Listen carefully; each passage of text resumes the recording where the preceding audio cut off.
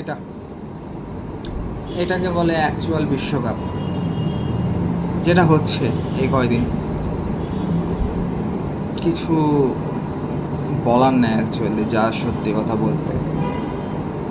বিশ্বকাপটা অ্যাকচুয়ালি বলতে পারেন এই না যে 4 বছর পর পর একটা টুর্নামেন্ট আসে অ্যান্ড সেই টুর্নামেন্টটা জাস্ট জিতলো একটা টিম জিতলো আর বিশ্ব চ্যাম্পিয়ন হয়ে গেল। না, এটা না। ওই বিশ্বকাপের আসল অর্থ এখানে বোঝাচ্ছে যে একটা টিম, সে 4 বছর তোমাকে যে সময় দিছে, ওই 4 বছর সময়ের মধ্যে কতটুকু তুমি বিল্ড আপ করছো, বিল্ড আপ করে কীরকম তুমি প্রস্তুতি নিচ্ছো, প্রস্তুতি নিয়ে নিজের সর্বোচ্চটা দিয়ে নিজের টিম কম্বিনেশনের এগুলো সব সর্বোচ্চ ঠিক রেখে এই সবচাইতে বড় স্টেজে আসে ইউরোপের টিম বলেন বা হচ্ছে যে আমেরিকার টিম বলেন, এগুলোকে ফেস করে আরও কত কি বাধা অতিক্রম করে দেন ফাইনালে যায় একটা ম্যাজিক মোমেন্টের মধ্যে, বা কোনো একটা ফাইনাল তো ফাইনালের মতনই হয় জেতা। সেটা হচ্ছে যে ওয়ার্ল্ড কাপ। আমার ওয়ার্ল্ড কাপে আর একটা মিনিংও আছে, সেটা হচ্ছে কি বলে আপনাদের, যে সব স্বপ্ন পূরণ হয় না। ওয়ার্ল্ড কাপে মানুষজন যায় সেখানকে, সেটা অ্যাকচুয়ালি তাদের ট্রফি, সেই ওয়ার্ল্ড কাপ ট্রফিটা তাদের ক্যারিয়ারের সবচেয়ে বড় ট্রফি ধরা হয়। এটা অনেক লিজেন্ডকে ডিফাইন করে,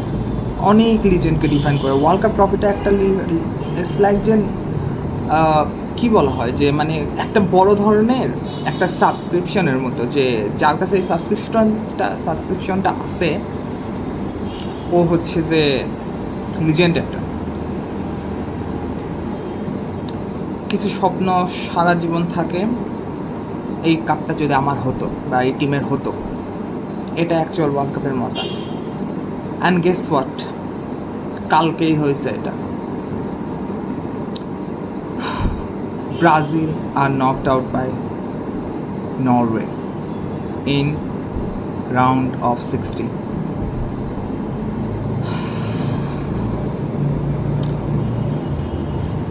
1, 2, 3, 4, 5,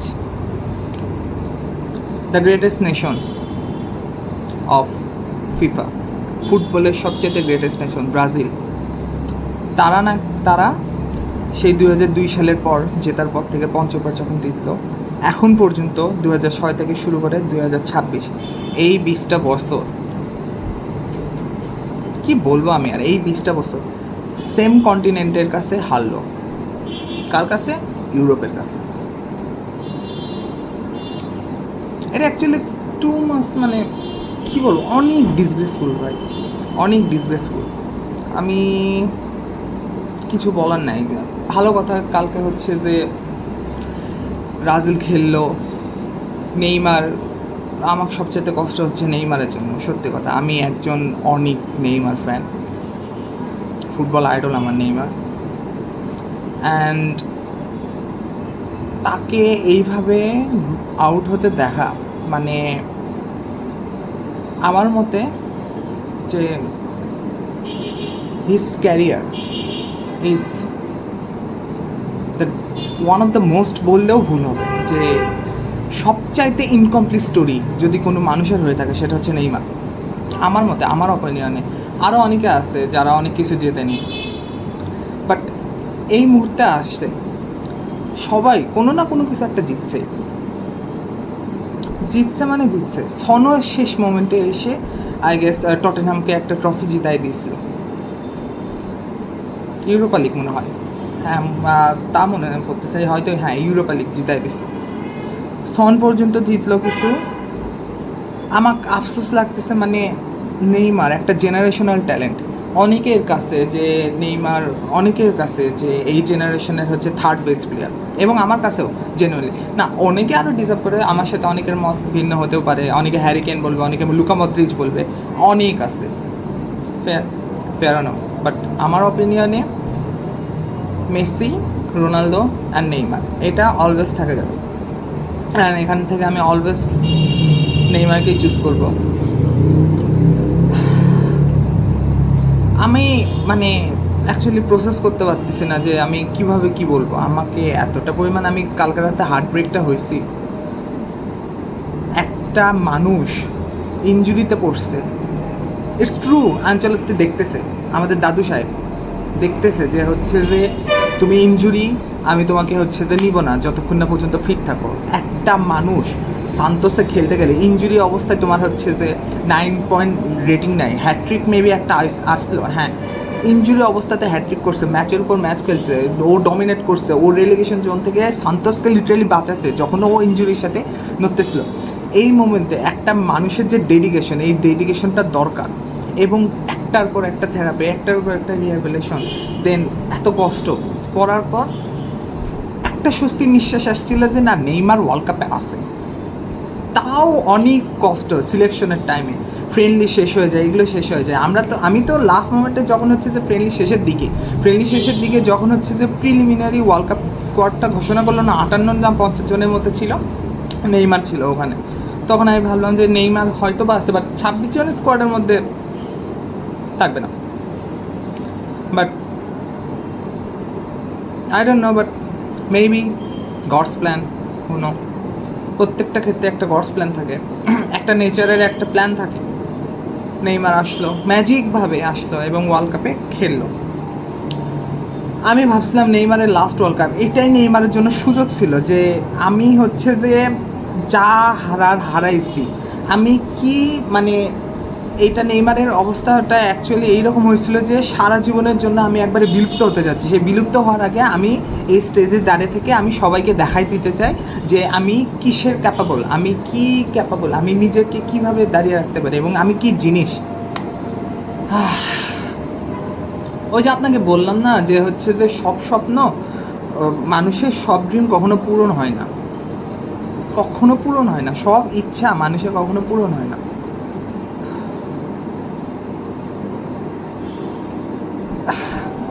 আমি বুঝলাম না, কালকে নরওয়ের সাথে ব্রাজিলের ম্যাচে আপনার নেইমারকে মানে পাকুইতে ইনজুরি হওয়ার পর আমার একটা হোপ জাগছিল। আমি জানি যে এক্সপেকটেশন রাখা জিনিসটা আমি কালকের পর থেকে হচ্ছে যে শিখেছি, খুব ভালো করে শিখেছি।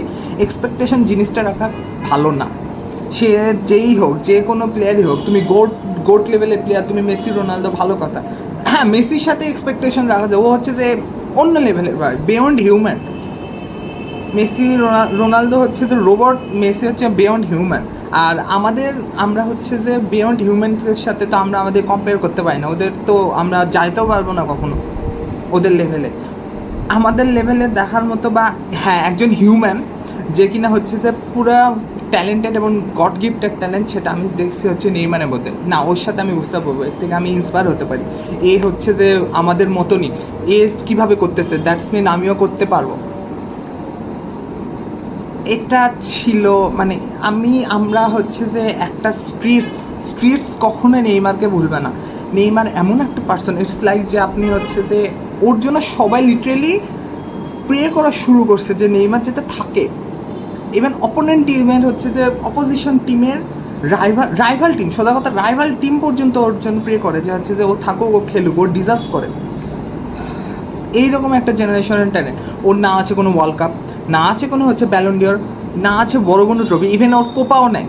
ওর লাকটা এত খারাপ যে 19-এ হচ্ছে যে ব্রাজিল যে কোপা জিতলো, এবং গেস হোয়াট কী হয়েছে, ও ইনজুরি ছিল। অ্যান্ড 21-এ তো আর্জেন্টিনা কোপা জিতলো, ফাইনালে তো দেখলামই আমরা সবাই কী অবস্থা হলো। বাট তবুও মোস্ট অফ দ্য এখনকার ওলিসেক যায় বলেন, আপনাকে লামিনী আমালেক যায় বলেন, ডিজেলে দুয়েক যায় বলেন, এদের বললে এরা ডিরেক্টলি ওয়ার্ল্ড কাপের মধ্যেই যদি আপনি ইন্টারভিউ বলেন যে আপনি কাকে দেখে ইন্সপায়ার হয়েছেন, কাকে দেখে আপনি বড় হয়েছেন, অর সামথিং লাইক দ্যাট, যে আইডলো টাইপ, ওটা ডিরেক্টলি অ্যান্সার দেবে নেইমারের ব্যালন ডিওর নয়, ওয়ার্ল্ড কাপ নেই, কিন্তু ওর স্ট্রিটসের এতটা পরিমাণ ফেমাস, এবং ও এতটা পরিমাণ হচ্ছে যে নিজেকে হচ্ছে যে ইন্সপায়ার করছে এই ইয়ং ট্যালেন্ট জেনারেশনদের, বলার মতো না। মোস্ট অফ দ্য এখন যা শুনি ফুটবলার বলে যে হচ্ছে যে নেইমার আমার আইডল। এইদিকে যখন মেসি রোনালদো প্রাইমে ছিল, আমি একটা কথা আগে খুব ভাবতাম, মেসি রোনালদো যখন ও প্রাইমে ছিল 18-17 থেকে আমরা যত দেখছি, মেসি তো প্রাইম তো সবই, ওর হচ্ছে যে খারাপ মানে ওর লোয়েস্টটাও হচ্ছে যে অনেকে প্রাইমের সমান। ওকে আমি ওই টাইমে ভাবতাম নেইমার হয়তো বা কখনো মানে আমাদের মতো নর্মাল পোলাপানদেরই নেইমার ইন্সপায়ার করবে, ওই রকম ওই লেভেলে যে হচ্ছে যে নেইমারের দিয়ে ইন্সপায়ার হবে এইরকম হয়তো থাকবে না। বাট না, I was wrong and I am happy that I was রং।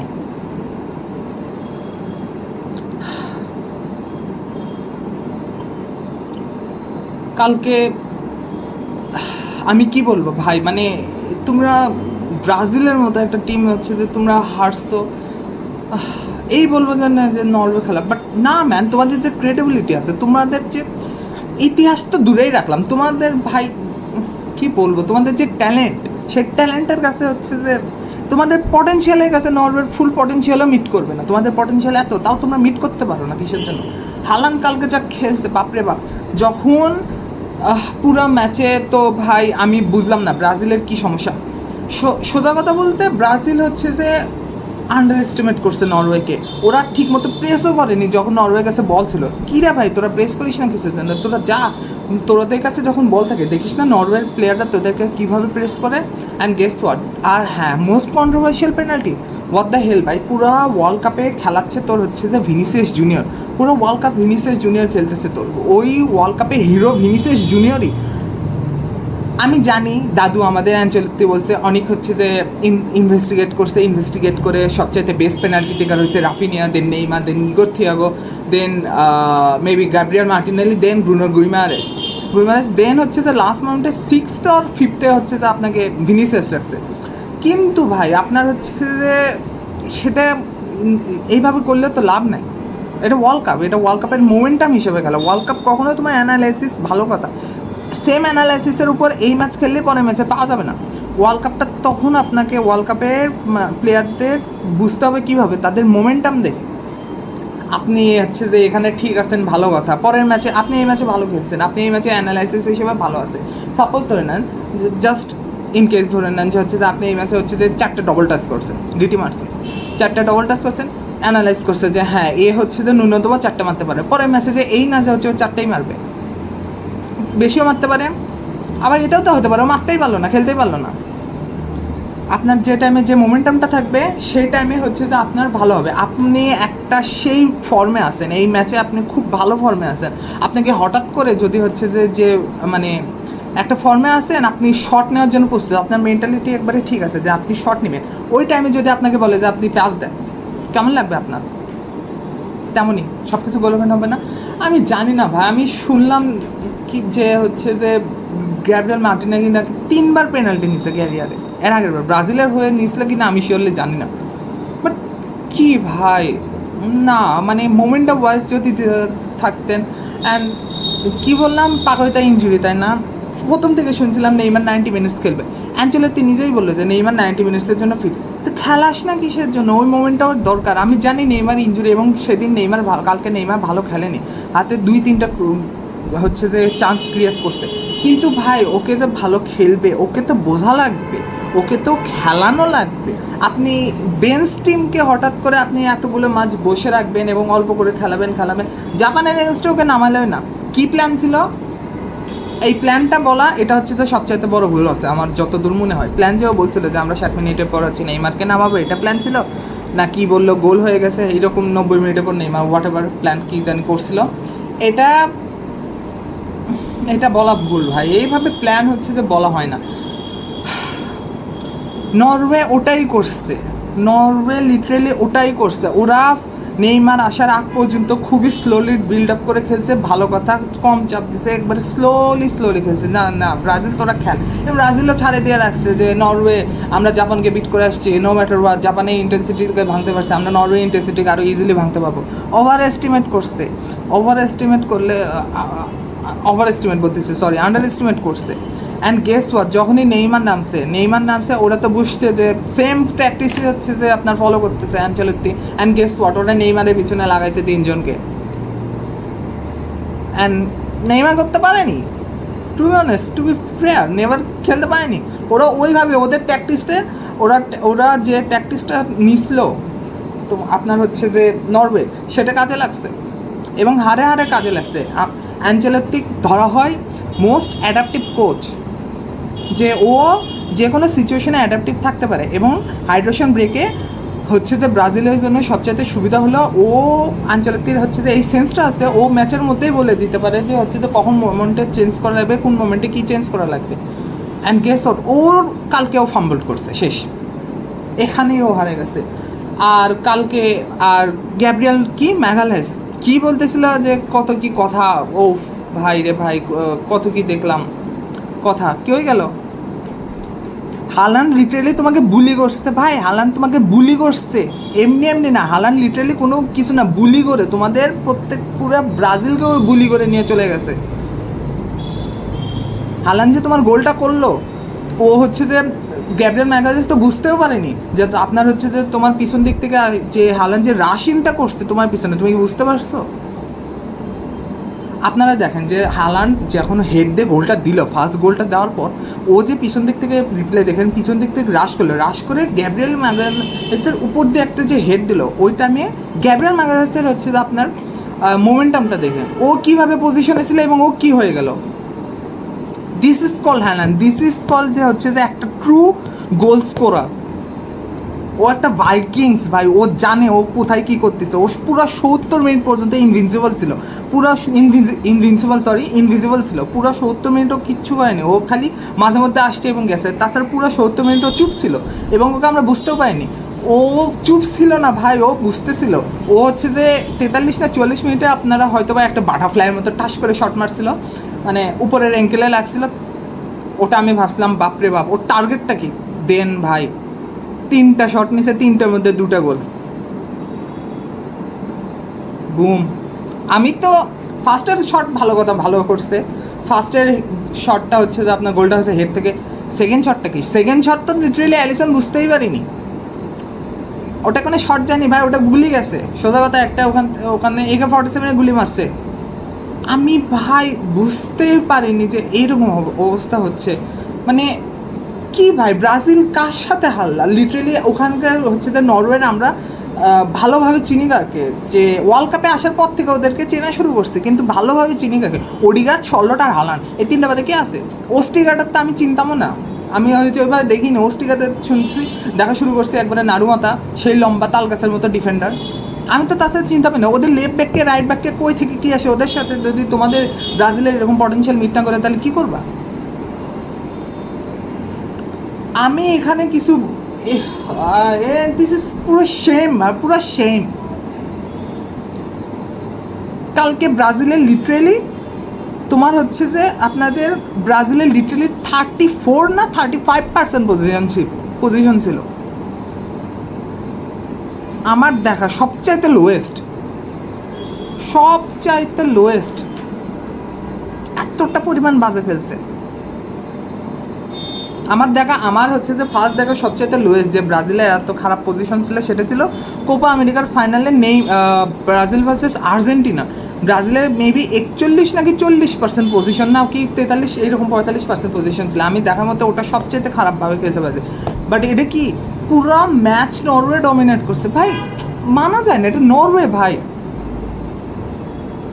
নরওয়ের সাবগুলো ভালো ছিল, দেন নরওয়ের যে প্র্যাকটিসটা খাটাইছে দেখেন, নরওয়ে হচ্ছে যে আপনার রাইট উইঙ্গে হচ্ছে যে অস্কার বব, হ্যাঁ অস্কার বব হচ্ছে যে নামাইলো, অস্কার বব নামার পর গেস হোয়াট কী করার কথা, আমি নিজেও এটা ফাম্বলড হয়ে গেছি, যে হয়তো আমি ভাবছিলাম যে হচ্ছে যে আপনার যে হেডটা দিল ওটা তো ক্রস করে আসে হেড হচ্ছে, আপনার দুই সাইডে 2 উইঙ্গার আছে, আপনি হচ্ছে যে যাচ্ছেন, যাওয়ার পর আপনার যতদূর ভাবার যে আপনি হচ্ছে যে ক্রস দিবেন, ক্রস দিয়ে হেডে হচ্ছে চ্যালেঞ্জ করবেন, না ওরা তা করেনি।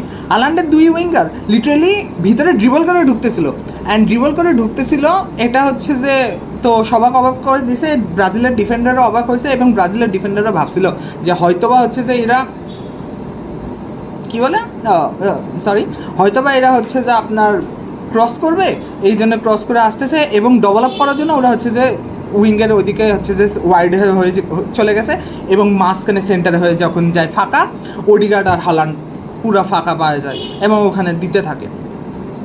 হালান্ড যে লাস্ট শটটা নিল ওখানে লিটারেলি ডগলাস সান্তোসের মনে হয় পায়ের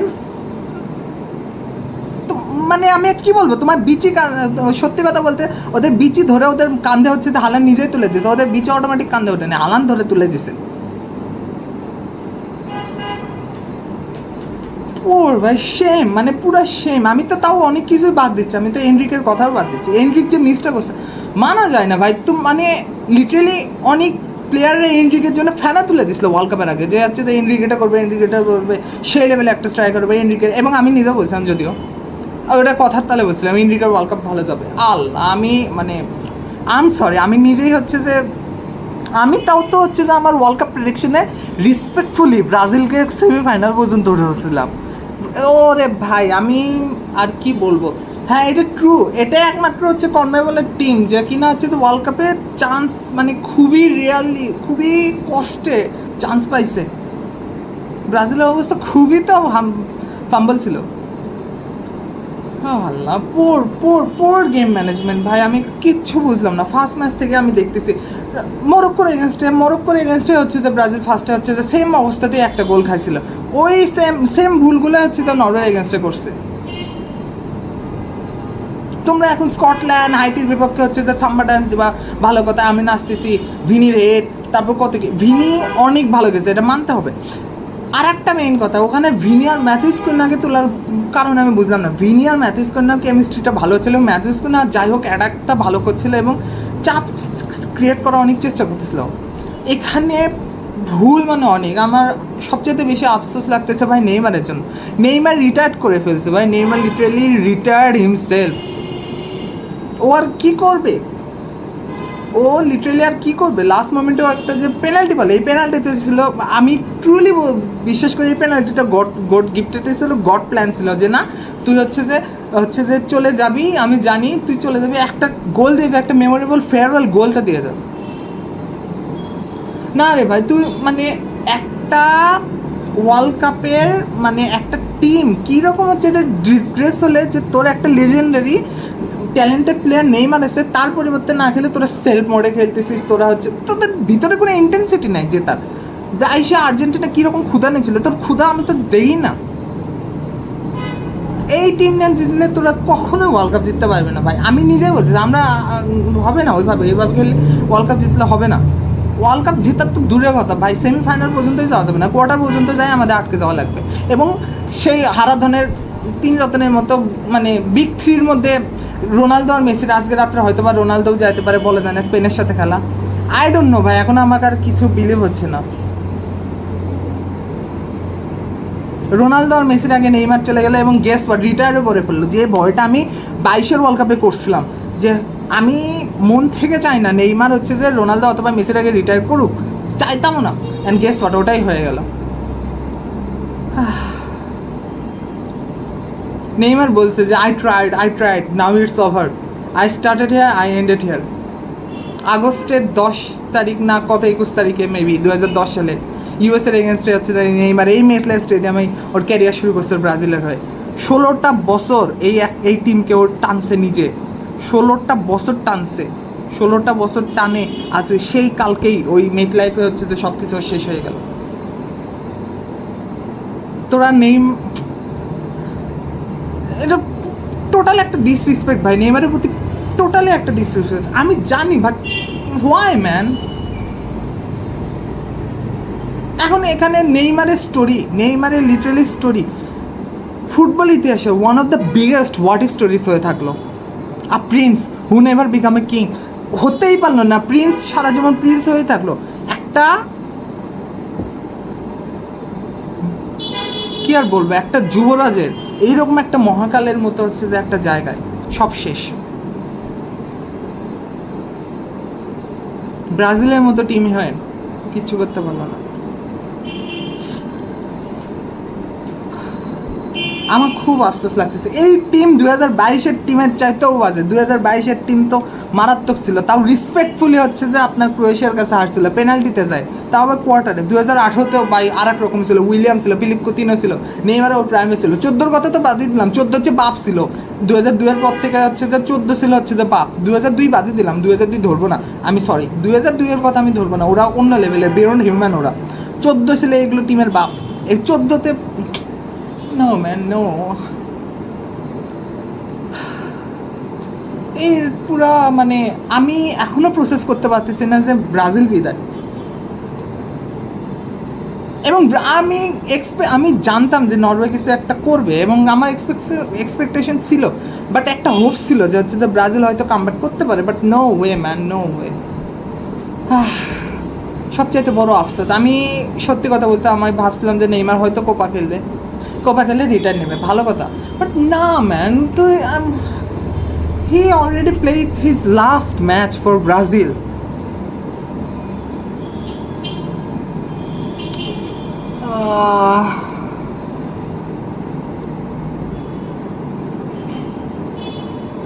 কষ্ট কোথায় লাগে আপনারা জানেন? কষ্ট লাগে সেখানে আপনি একটা মানুষকে এত ভালোবাসেন এবং পাবেন না। যাই হোক, আল্লাহ হাফিজ।